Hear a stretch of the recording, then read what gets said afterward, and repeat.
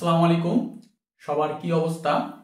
আহ, আমাদের তো এর আগে তোমাদের সন্ধি সম্পর্কে সবকিছু শেষ হয়ে গিয়েছে। আজকে আমরা একটা নতুন টপিক নিয়ে শিখবো। তোমরা বোর্ডে হয়তো টপিকটা দেখতে পারতেছো। এই টপিকটা কিন্তু অনেক ইম্পর্টেন্ট, নত্ব ও সত্যবিধান। এই নত্ব ও সত্যবিধান থেকে কিন্তু এবার ঢাকা ভার্সিটিতে প্রশ্ন হওয়ার সম্ভাবনা অনেক বেশি। সম্ভাবনা না, আসবে ইনশাল্লাহ। এই টপিক থেকে একটা প্রশ্ন হওয়ার সম্ভাবনা আছে।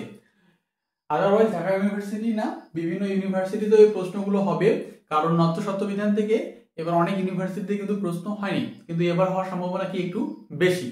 ওকে, সো এই নত্ব সত্যবিধানকে বাদ দেয়া কোনো নিয়ম নেই, অর্থাৎ কোনো পসিবিলিটি নেই।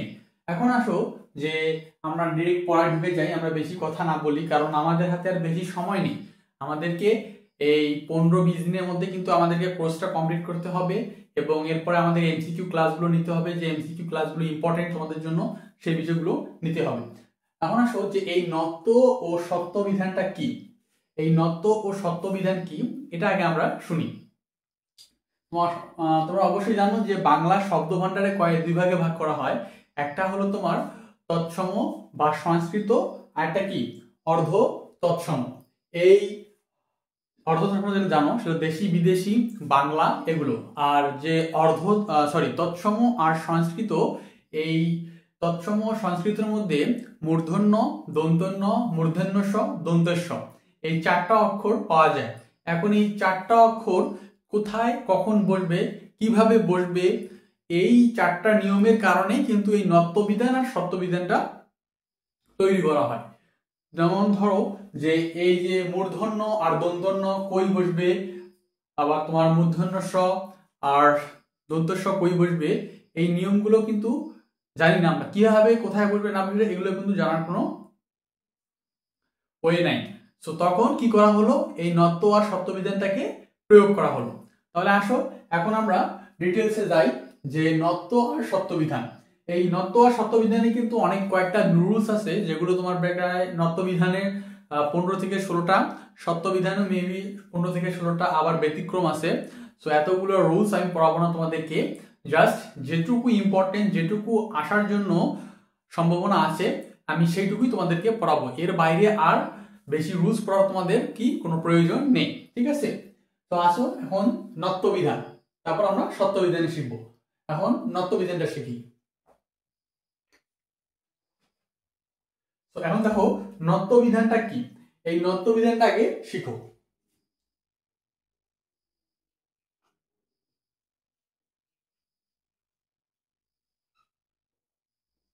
নত্যবিধান, ঠিক আছে?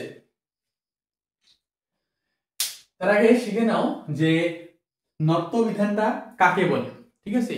তৎসম শব্দের, এই তৎসম শব্দের বানানে কোথায় মূর্ধন্য হবে আবার কোথায় দন্তেন্য হবে, তার এই বিধান বা নিয়মকে কি বলা হয়, নত্যবিধান বলা হয়। আবার বলি একটু, তৎসম শব্দের বানানের শেষে, তৎসম শব্দের বানানের শেষে কোথায় মূর্ধন্য হবে আবার কোথায় দন্তন্য হবে, তার এই বিধি নিয়মকে কি বলা হয়, নত্যবিধান বলা হয়, ঠিক আছে? এখন এই নত্যবিধানের কয়েকটা নিয়ম আছে, এই নিয়মগুলোতে আমরা ঢুকে পড়ি, ঠিক আছে? তো প্রথমে 1 নাম্বার রুলসটা লিখে নাও। এই 1 নাম্বার রুলস থেকে আমাদের শুরু।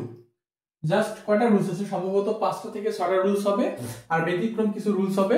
এই রুলসগুলো মিলে আমার সম্ভবত 10টা মেবি হবে, ঠিক আছে? তো 1 নাম্বারটা দেখো, আগে লিখে নিই।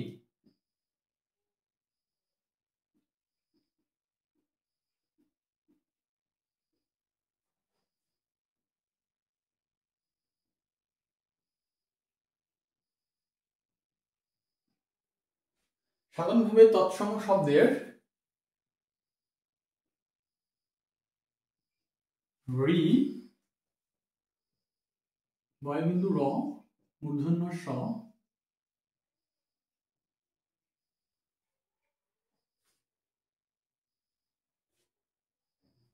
এর পরে দাও।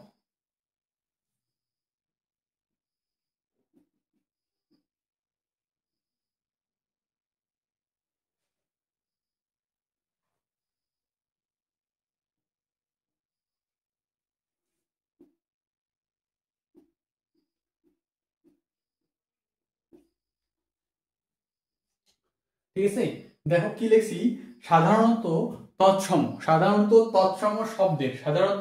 তৎসম শব্দে রি, বয়বিন্দু র এবং কি মূর্ধন্য ষ থাকলে কি হবে, এরপরে মানে এরপরে এগুলোর পরে কি হবে, মূর্ধন্য হবে। মানে বুঝলি যে যখন দেখবা এই যে তোমার রি, বয়বিন্দু র এবং মূর্ধন্য থাকবে, তখন এই শব্দের পরে অর্থাৎ এই অক্ষরগুলোর পরে কি হবে, মূর্ধন্য বসবে। এই অক্ষরগুলোর পরে কি বসবে, মূর্ধন্য স বসবে। দেখো উদাহরণ দেখো, যেমন ধরো বর্ণ, আমরা যে বর্ণগুলো পড়ি সেই বর্ণ, এই বর্ণর পরে কি দেখো তো, এই বর্ণ বয়বিন্দু র, রেটটা আছে না, র আছে না, বর্ণ, তাহলে কি এরপরে কি বলতেছে ভাই, মূর্ধন্য বসতেছে। আবার কি ধরো পূর্ণ, আবার ধরো কি ঋণ, এগুলোর পরে কি ভাই, মূর্ধন্য স বসতেছে না। আবার দেখো যে বর্ণ, পূর্ণ, ঋণ, এই জিনিসগুলো যদি মনে করো যে তোমার কোন একটা পরীক্ষায় এমসিকিউ তে থাকে, তখন কিন্তু তোমাকে কি বলতে হবে, এটা হবে নত্ব বিধান। ঠিক আছে, তাহলে কি বুঝলাম, যে সাধারণভাবে তৎসম শব্দের কি কি থাকবে, রি থাকবে, বয়বিন্দু র থাকবে এবং কি মূর্ধন্য ষ থাকবে। যদি থাকে এরপরে কি হবে, মূর্ধন্য হবে।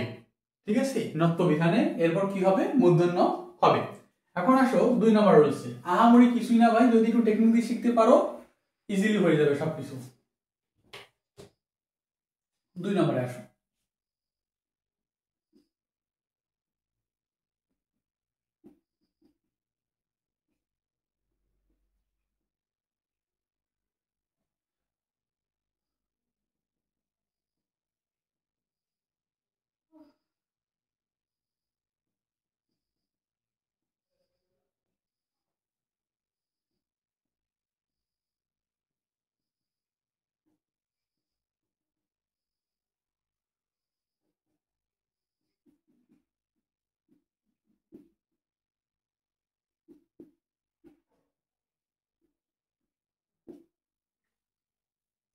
দেখো কি বলছি, যে প্র, পরি, পরা, নির, এই 4 উপসর্গের পরে, কি পরে মূর্ধন্য হবে। অর্থাৎ কি নত্ব বিধানে যদি তুমি দেখো, প্র দেখো, পরি দেখো, পরা দেখো, তারপর কি নির দেখো, এই 4 উপসর্গের মধ্যে যদি থাকে, তাহলে এরপরে কি হবে, মূর্ধন্য বসবে। যেমন ধরো প্রণয়, ঠিক আছে, এই যে প্রণয়, ঠিক আছে, তাহলে এই প্রর পরে, তাহলে দেখো তো এই প্রর পরে কি আমার মূর্ধন্য হয়নি, প্রর পরে প্রণয়, আবার ধরো পরিণতি, যেটা আমাদের হয় পরিণতি, দেখো তো বয়বিন্দু র আছে না, পরিটা আছে না, সরি পরি থাকলে কি, পরি পরে কি মূর্ধন্যটা আছে না, পরিণতি। আবার ধরো নির্ণয়, এটাও কিন্তু এটা হলো কি আমার একটা নত্ব বিধান। এই যে নি আর কি রেটটাকে ব্র, নির্ণয়, ঠিক আছে, এটা হলো কি আমাদের 2 নম্বর রয়েছে। অর্থাৎ প্র, পরি, পরা, নি, এই 4 উপসর্গ যদি থাকে, এরপরে কি লিখতে হবে, মূর্ধন্য বসাতে হবে। প্র, পরি, পরা, নির, এই 4 উপসর্গ থাকলে কি হবে, মূর্ধন্য বসাতে হবে এরপরে। ওকে, তাহলে আসলে 3 নম্বরে,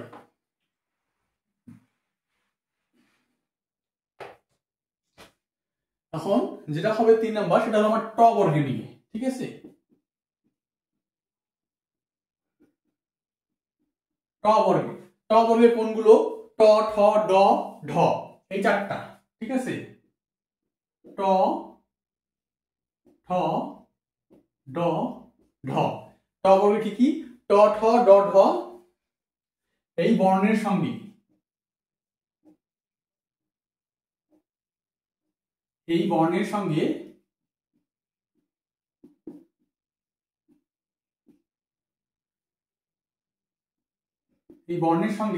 যুক্ত বর্ণ হিসেবে কি হবে, মূর্ধন্য হবে। তাহলে কি বুঝলাম দেখো তো ভাই, যে ট বর্গে কি, অর্থাৎ ট, ঠ, ড, ঢ, এই 4 বর্গের কি হবে, এই 4 বর্ণের সঙ্গে যুক্ত বর্ণ হিসেবে কি হবে, মূর্ধন্য হবে। মানে এই 4 বর্ণ যারা যুক্ত হবে, অর্থাৎ কারোর সাথে যুক্ত হবে, তারপরে কি হবে, মূর্ধন্য হবে। একটা উদাহরণ নাহলে বুঝবে না, যেমন ধরো কন্টক, ঠিক আছে, কন্টক, এই যে কন্টক, এই যে মূর্ধন্য দন্ত্যটা আছে, সরি মূর্ধন্য আছে, মূর্ধন্য সাথে কি আছে, ট আছে, অর্থাৎ এই যে যুক্ত বর্ণের সঙ্গে এর সাথে এটা কি কানেক্টেড থাকবে, অর্থাৎ 9 ট হবে, অথবা 9 ঢ হবে, অর্থাৎ 9 ঢ হবে, অর্থাৎ 9 ঢ হবে, 9 ঠ হবে। সো এই নিয়মগুলো হলো কি যুক্ত বর্ণ হিসেবে কানেক্টেড, অর্থাৎ ট বর্গের সঙ্গে ট, ঠ, ড, ঢ এই বর্ণের সঙ্গে যুক্ত বর্ণ হিসেবে কি হবে, মূর্ধন্য হবে। এই 4 বর্ণের সঙ্গে যুক্ত বর্ণ হয়ে কি হবে, যুক্ত হয়ে কি হবে, মূর্ধন্য হবে। আবার ধরো যে লুণ্ঠন, যেটা আমরা পড়ি লুণ্ঠন, তাহলে লুণ্ঠনটা কি হবে দেখো তো, লুণ্ঠন, তাহলে কি আমার ঠয়ের সাথে মূর্ধন্য বসেনি, তাহলে কি হবে, লুণ্ঠন, ঠিক আছে। তো এই হলো 3 নম্বর রুলস। এগুলো কিন্তু এখন ইজি লাগবে, যখন তুমি এমসিকিউ সলভ করো তখন কিন্তু একটু হার্ড লাগবে, কারণ যতক্ষণ না তুমি একদম পুরোপুরি জিনিসটাকে একদম আয়ত্তে আনতেছো ততক্ষণ পর্যন্ত তোমার কাছে জিনিসটা একটু কঠিন লাগবে, ঠিক আছে। মানে যখন দেখবা যে 4টা উচ্চারণ থাকবে লুণ্ঠনের, লুণ্ঠন, লুণ্ঠন, লুণ্ঠন, কোনো জায়গায় দন্ত্যন্য দিবে, কোনো জায়গায় মূর্ধন্য দিবে, কোনো জায়গায় লয় হস্যু দন্ত্যন্য ঠ ন, আবার কোনো জায়গায় লয় হস্যু মূর্ধন্য ঠ ন। এখন তুমি কনফিউশনে পড়ে যাবে যে কোনটা অ্যান্সার সঠিক হবে। এই জিনিসগুলো একটু টেকনিক বলছে, যখন আমি লাইভ এমসিকিউতে আসবো তখন এই জিনিসগুলো আমি তোমাকে বুঝাই দেবো। ওকে, আবার আসো 4 নম্বরে। 4 নম্বরে কি কি ছিল তোমার,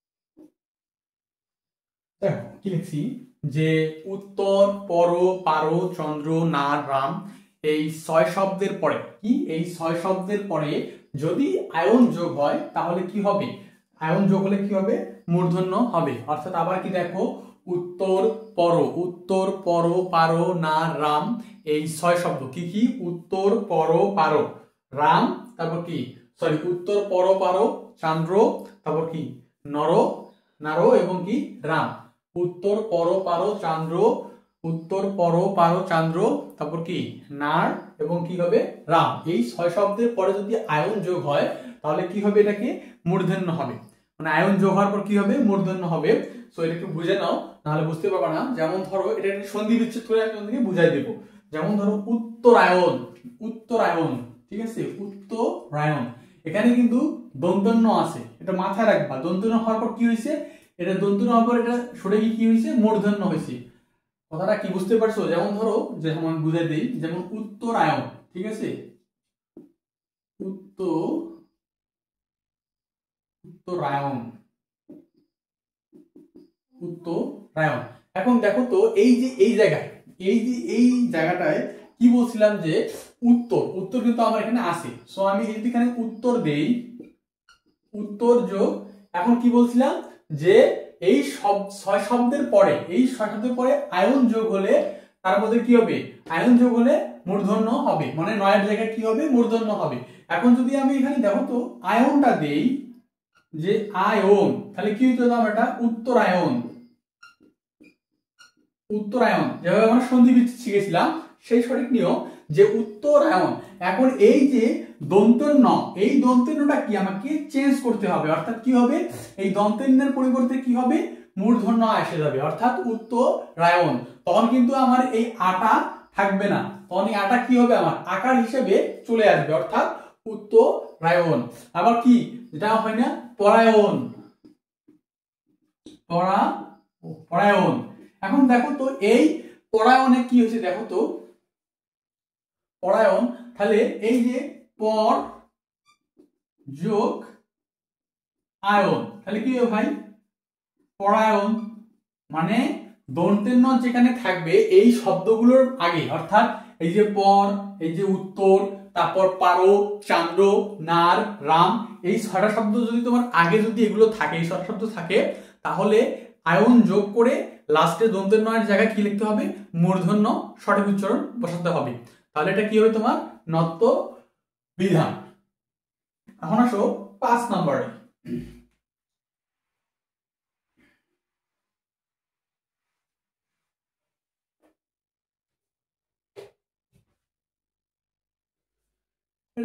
এটা না দিলেও হয়, তবুও দিয়ে দেই, কারণ অনেক সময় আসে যায়।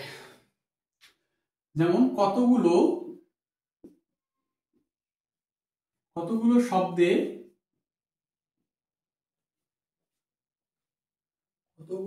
দেবটা, কতগুলো শব্দে স্বভাবতই মূর্ধন্য হয়, কতগুলো শব্দে স্বভাবতই কি হয়, মূর্ধন্য হয়। যেমন ধরো লবণ, তোমরা ধরো লবণ কিনি তখন মূর্ধন্য বসাতে হয় না। আবার ধরো তোমার পণ্য, তারপর কি বাণিজ্য, এগুলোতে কি মূর্ধন্য দিতে হয় না আমাকে, এগুলোতে মূর্ধন্য দিতে হয় না, অর্থাৎ কতগুলো শব্দে স্বভাবেই মূর্ধন্য হয়ে যায়।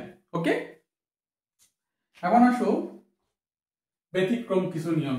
বলছিলাম এই 5টা নিয়ম শিখলেই ইনশাল্লাহ এই 5টার মধ্যে থেকে প্রশ্ন হবে, আর বাড়তি কোনো কিছু পড়তে হবে না। তো এখন আসো ব্যতিক্রম।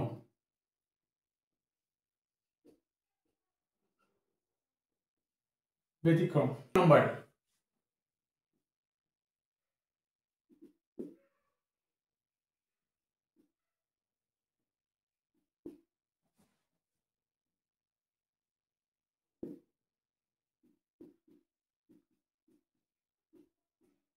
কি লিখছি দেখো, গণ ধাতুযুক্ত শব্দে কি হবে, মূর্ধন্য হবে, অর্থাৎ যেখানে গণ থাকবে সেখানে তোমার কি হবে, মূর্ধন্য বসাতে হবে। তাহলে দেখো তো আমরা একটা উদাহরণ দেখি, যেমন আমরা গণিত করি, গণিতে কি মূর্ধন্য আছে না, গণিতে কি হবে বা গণ, গণ। আবার ধরো যে আমরা গণনা করি, সেই গণনা কি হচ্ছে, গণ হচ্ছে। আবার ধরো যে গণতন্ত্র, গণতন্ত্রে কি গণ আসতেছে না, সো যখনই দেখবা যেখানে এই গণ থাকবে সেখানে কি হবে, মূর্ধন্য হবে। যেখানে গণ থাকবে সেখানে মূর্ধন্য হবে, যেখানে গণ থাকবে সেখানে কি হবে, মূর্ধন্য হবে। এবার আসো 2 নম্বরে, এটা আরেকটু ব্যতিক্রম। কি ব্যতিক্রম দেখো, ত বর্গের, ত থ দ ধ, ত থ দ ধ, আর কি দন্তের ন,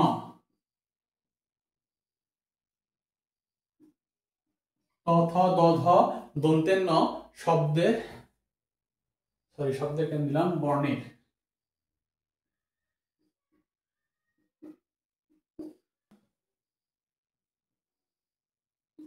বর্ণ যখন যুক্ত হয়ে বসবে তখন দন্তন্য হবে। একটু ভালো করে মনোযোগ সহকারে ক্লাসটা দেখো, কি লিখছি, ত বর্গ, ত বর্গ কোনগুলো, ত থ দ ধ দন্তের ন, এই 5টা, ত থ দ ধ দন্তের ন, এই 5টা যখন বর্ণ যুক্ত হবে, এই 5টা বর্ণ যখন যুক্ত হবে তখন কি হবে, তখন দন্তের ন বসবে, নট মূর্ধন্য, দন্তের ন বসবে। অর্থাৎ কি, যখন ত বর্গের এই 5টা যখন থাকবে তখন যুক্ত হবে তখন কি হবে, দন্তের ন হবে। যেমন ধরো ফন্দি, ফন্দি, দেখো তো ফন্দি, দন্তের নয়, অর্থাৎ কি দন্তের সাথে দ যুক্ত হয়েছে, আবার দন্তের সাথে ত যুক্ত হবে, দন্তের সাথে ত যুক্ত হবে, দন্তের সাথে থ যুক্ত হবে, দন্তের সাথে দ যুক্ত হবে, দন্তের সাথে ধ যুক্ত হবে, দন্তের সাথে দন্তন্য যুক্ত হবে, ঠিক আছে। যেমন নান্নু, এরকম বিভিন্ন রকমের কথার নাম আছে, ঠিক আছে। যেমন ধরো ফন্দি, চন্দন, ফন্দি, চন্দন, অনেক কিছু আছে। দুরন্ত,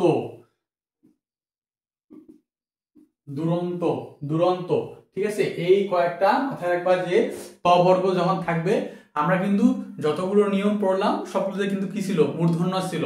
কিন্তু আমাদের এই ব্যতিক্রমে আসে আমরা একটাতে কি পেলাম, যে ত বর্গের ওখানে যদি দন্তন্য থাকে তাহলে সেটা কি হবে, ত বর্গের সাথে ন যুক্ত হয়ে তোমার কি করতে হবে, নত্ব বিধান পূরণ করতে হবে, ঠিক আছে।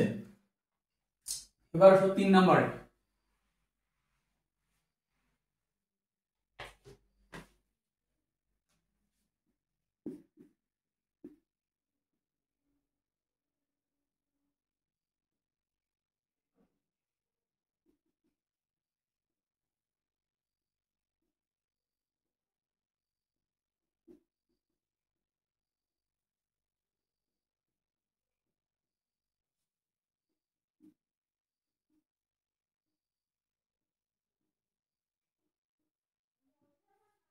দন্তন্য হবে, অর্থাৎ কি দেখো, সমাসবদ্ধ পদে রি, র এবং কি রি বয়বিন্দু র মূর্ধন্য স এসব থাকলে কি হবে, দন্তন্য হবে।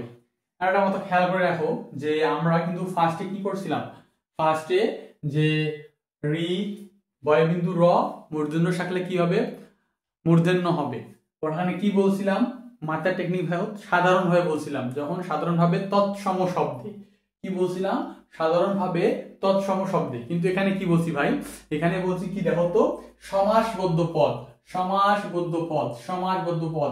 ওখানে ছিল কি সাধারণভাবে তৎসম পদ, সাধারণভাবে তৎসম, সাধারণভাবে কি তৎসম। এখানে কি লিখছি, সমাসবদ্ধ। এই কনসেপ্ট গুলো একটু মনোযোগ সহকারে দেখবা, কোথায় কোন লেখা লিখতেছি, কিভাবে লিখতেছি। আবার যখন মনে করো বই বের করে দেখবা যে ওখানে তো ভাইয়া শিখালো একটা, এখানে আবার দন্তন্য কেন হলো, ওখানে যখন মূর্ধন্য শিখেছি এখানে দন্তন্য কেন হলো, তাই কথার মধ্যে ডিফারেন্ট আছে, একটা সমাসবদ্ধ, একটা কি সাধারণভাবে তৎসম। এবার দেখো সমাসবদ্ধ পদগুলো কোনগুলো, ত্রিনয়ন, ত্রিনয়ন, ত্রিনয়ন এটা সমাসবদ্ধ পদ। আবার ধরো সর্বনাম, সর্বনাম একটা কি সমাসবদ্ধ পদ, সর্বনাম। আবার কি পরনিন্দা,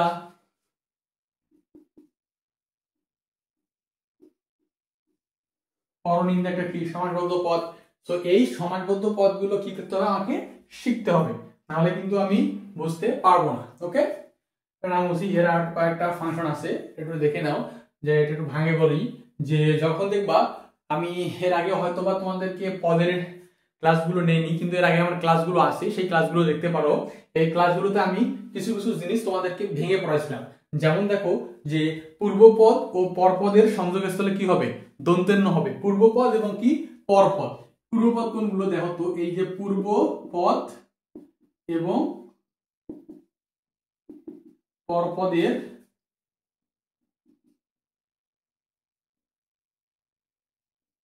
সংযোগস্থলে কি হবে, দন্তন্য হবে। এখন দেখো তো এই পূর্বপদ আর পরপদের সংযোগস্থলে কি হবে, দন্তন্য হবে। যেমন ধরো এই ত্রিনয়নটাই দিয়ে বুঝাই, এই ত্রিনয়নটা দিয়ে বুঝাই যে ত্রিনয়ন, ত্রিনয়ন, ঠিক আছে।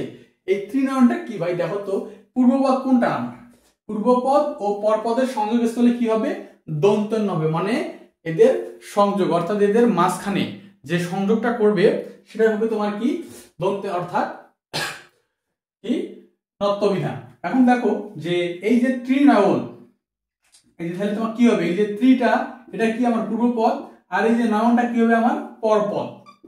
এই যে পূর্বপদ আর পরপদ, তাহলে কি হলো দেখো তো, এই যে পূর্বপদটা কি, এই পূর্বপদটা কি, আর এবং এই পরপদের মাঝকে পরপদের সংযোগস্থলে কি হয়েছে, এই যে সংযোগস্থল, এই দুটোর সংযোগস্থলে কি হয়েছে, দন্তন্য হয়েছে। অর্থাৎ পূর্বপদ এবং পরপদের সংযোগস্থলে কি হবে, দন্তন্য হবে, ঠিক আছে।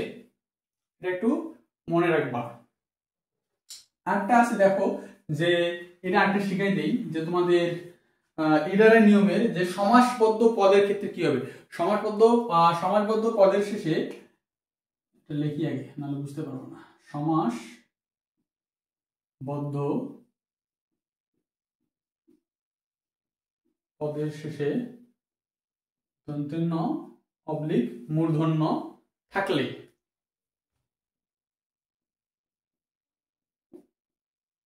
যা হওয়ার তাই হবে। ঠিক আছে,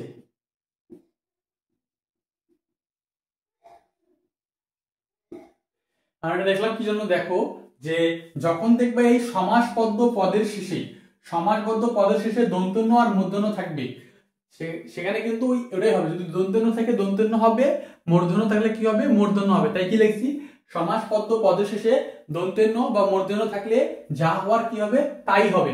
অর্থাৎ দেখো এখানে কি দেওয়া যায়, যেমন রদ যোগ আহরণটা দিই। ঠিক আছে, রদ যোগ আহরণটা দিই, একটু ভালো লাগতেছে। রদ যোগ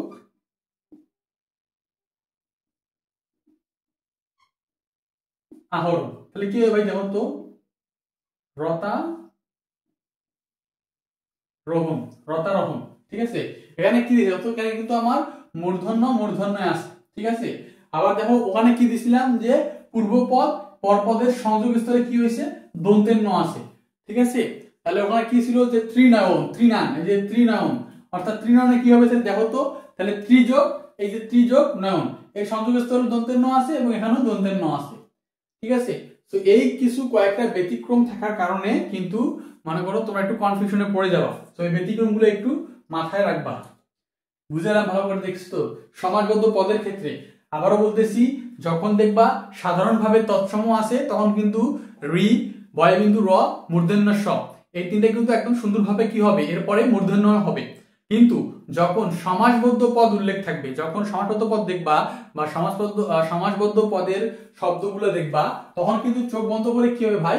মূর্ধন্য বা দন্তেন্য যে কোনো একটা হবে। যেখানে দন্তেন্য হবে, যেখানে মূর্ধন্য হয়ে বসবে। ঠিক আছে, তো এইটুকু মাথায় রাখবা।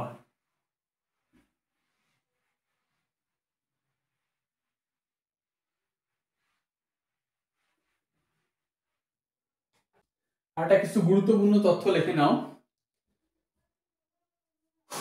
একটু গুরুত্বপূর্ণ আমার কাছে মনে হচ্ছে, একটু লিখে নিও। ঠিক আছে,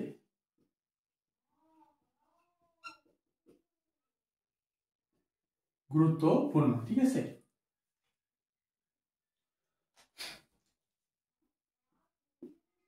তৎসম শব্দের বানানে সর্বদা দন্তেন্য হবে। সর্বদা কি হবে? দন্তেন্য হবে। যেমন কি? যে ইংরেজি, ঠিক আছে, ইংরেজিতে কি আছে? হর্ন আছে। এটা কি? সরি, ইংরেজিতে হর্ন আছে, এটা কি? ফার্নিচার। এটা কি? এটা হলো ইংরেজি শব্দ। এটা আছে কি? ফার্সি।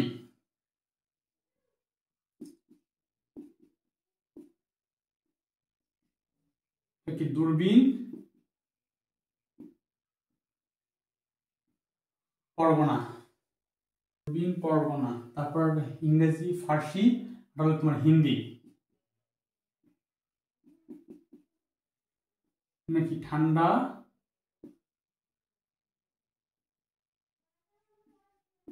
যেটা বর্তমানে আসতেছে তোমাদের শরীর কাঁপাতে, ঝান্ডা।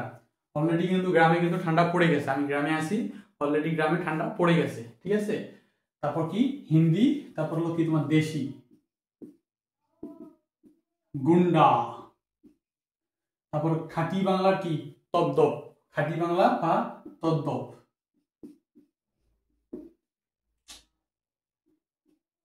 খাঁটি বাংলা বা তদ্দপ। কারণ এটা কি? ঝর্ণা বা কি? চিরুনি। এই যে তোমার যে লিখলাম, যে দেখো তৎসম শব্দের বানানে কি হবে? সর্বদা কি হবে? এটা দন্তেন্য হবে। এখন যখন দেখবা ইংরেজি শব্দের ক্ষেত্রে কি হচ্ছে? ফার্সি শব্দ কি বুঝতেছে, হিন্দি কি বুঝতেছে, দেশি কি বুঝতেছে, এবং খাঁটি বাংলায় কি পড়তেছে। যখন দেখবা যে হর্ন, এটা কিন্তু তোমার কি? ইংরেজি শব্দ। হর্ন কি? হর্ন একটা কি? ইংরেজি শব্দ। তাহলে কি কানে দন্তেন্য হবে? যেগুলো মানে তৎসম শব্দ যেগুলো আছে তোমার ইংরেজি, তারপর তোমার ফার্সি, তারপর হিন্দি, তারপর কি দেশি, তারপর কি খাঁটি খাঁটি বাংলা অথবা তদ্য। তো এইগুলো কি হবে, এই শব্দ, এই খাঁটি বাংলা যতগুলো শব্দার্থ আছে সেগুলো সবগুলোর কি দন্তেন্য হবে, অর্থাৎ কি চিরুনি, তারপর কি লিখছি দেখো ঝর্ণা। আমি কিন্তু জাস্ট তোমাদের এক্সাম্পল দিছি, মানে একটু ইম্পর্টেন্ট যে তৎসম শব্দের বানানে সর্বদা কি হয়, দন্তেন্য হয়। তৎসম শব্দের বানানে কি হয়, দন্তেন্য হয়। এই ঠিক আছে। তো আজকে আমাদের নত্ব বিধানটা শেষ, কালকে আমরা সত্য বিধান শিখবো। তো তাহলে আমাদের নত্ব আর সত্য বিধানটা কি হয়ে যাবে, শেষ হয়ে যাবে। ঠিক আছে। তো সবাই ভালো থাকো আর মনোযোগ সহকারে পড়ালেখা করো, পরীক্ষার কিন্তু বেশি সময় নেই। আমাদের ক্লাসগুলো করো, একটু ক্লাসগুলো আমাদের ফলো দাও, তোমাদের বন্ধুদেরকে একটু জানাই দাও, পেজগুলো আমাদের একটু শেয়ার করো, সবার কাছে ভিডিওগুলো শেয়ার করো। তো সবাই ভালো থাকো, আল্লাহ হাফিজ।